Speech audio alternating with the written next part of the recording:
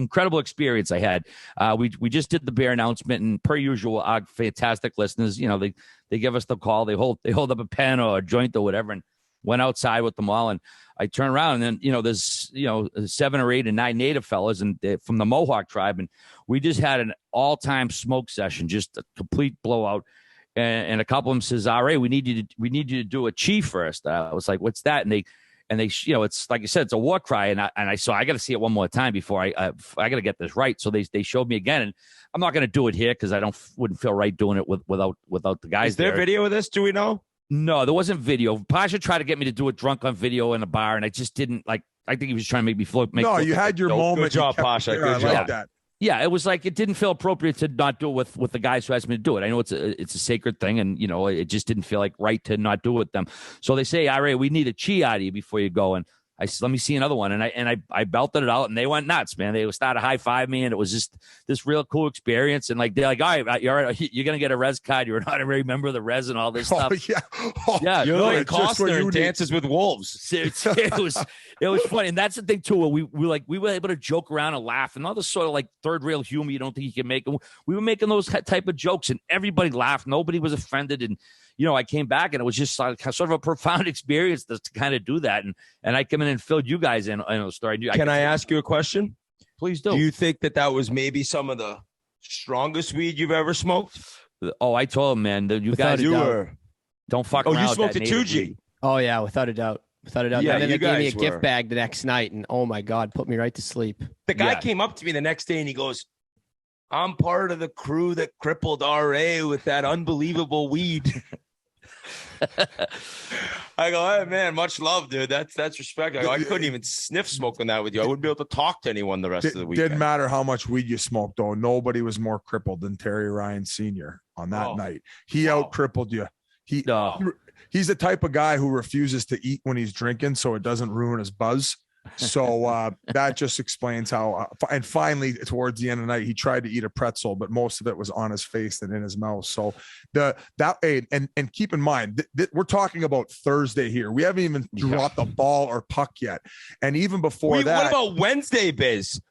We shut the lights out the first night. Biz, Pasha, and myself at 1:30 in the morning Wednesday night are having a cigar in a legitimate lightning storm under a highway bridge. I'm like, maybe don't go this hard before the tournament even begins.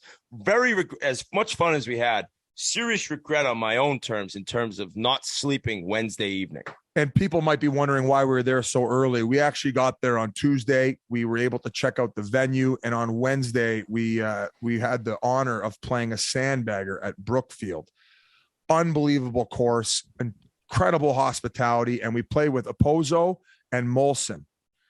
I learned that Okpozo is not pronounced Okpozo. The K is silent. Yeah. Okay. That's so I learned a lot in the 4 days I was in Buffalo, and even so much so that he was kind enough to sit down with us while we were licking our wounds on Thursday morning for an interview, which we'll be dropping later in this episode. So we got so much accomplished in such a short amount of time. That's why it feels like we were in Buffalo for a month.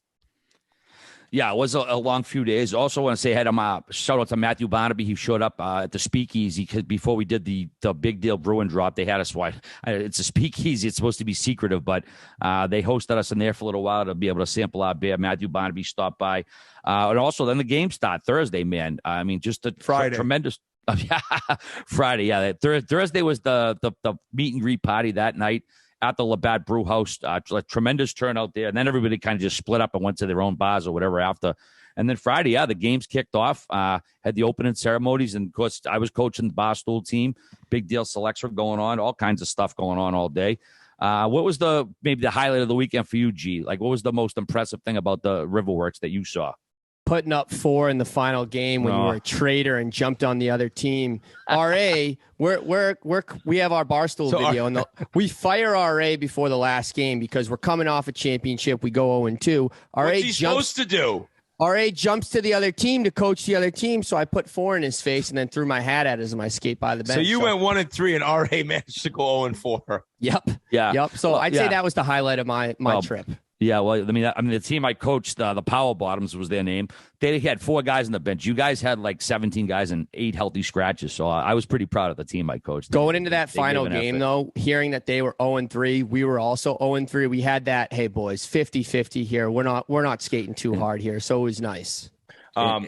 In terms of the Barstool squad, very happy to catch up with Scott Darling. I hadn't seen him since Vegas, the last Chiclets Cup. Great guy. We've had him on the show before, and he's gotten into the stand-up comedy. Oh, he's doing phenomenal. I was talking to him about it. He's actually going on tour, opening up for a guy. He's making some money doing it. He feels super comfortable. He had his first bomb, he told me, which I think officially means you're a stand-up comic because you have to go through that at least once, if not many times in your career. But a great couple hours I kind of spent talking to him and hearing all about it.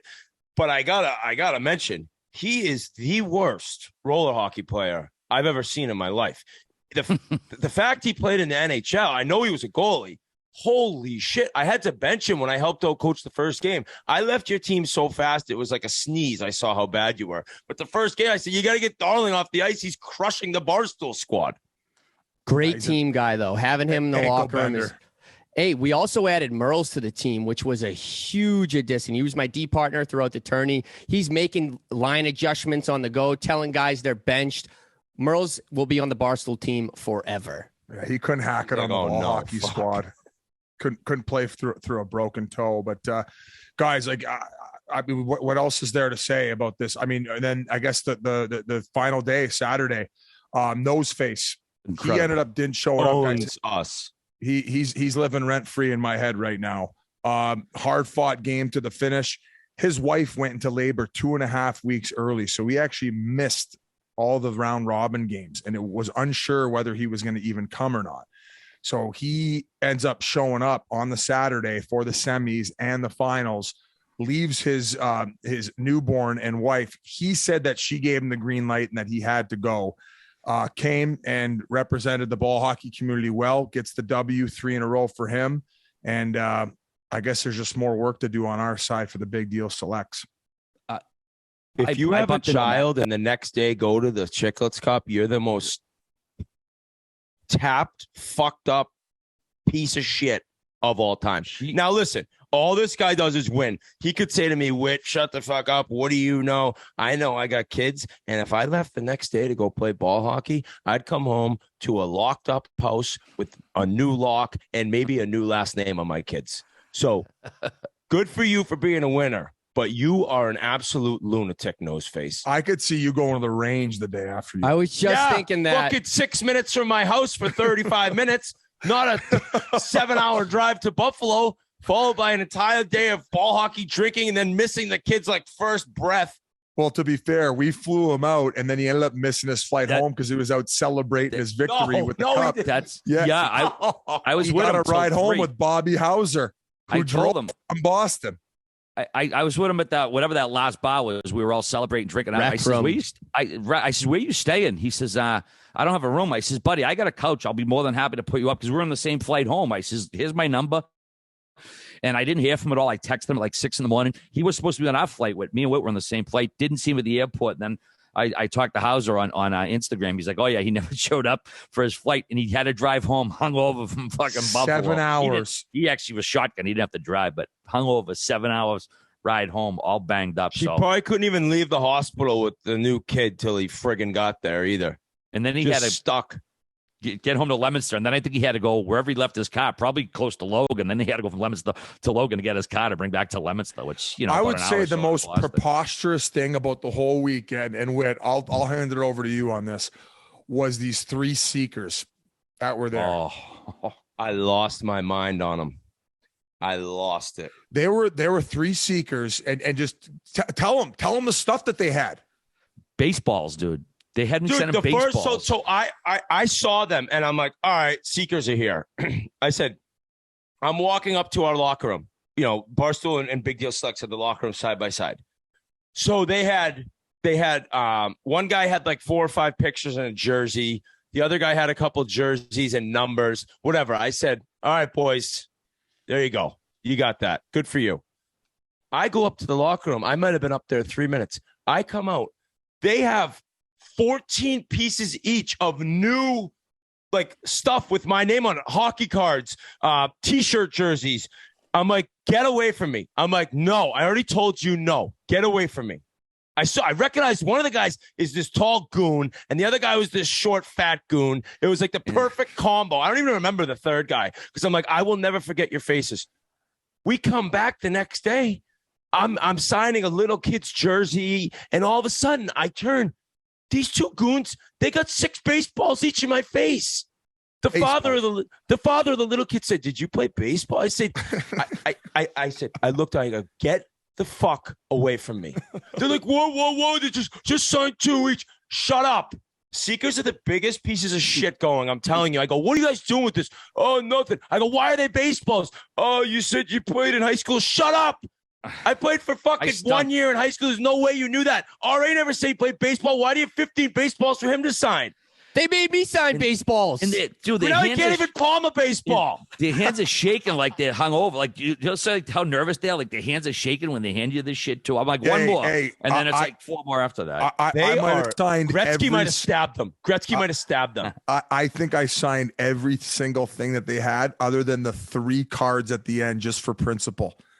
And they were still asking me to sign them. It was preposterous. Yeah, they went up again to me. The last day they went up again. I gave it one of these. And the guy's like this.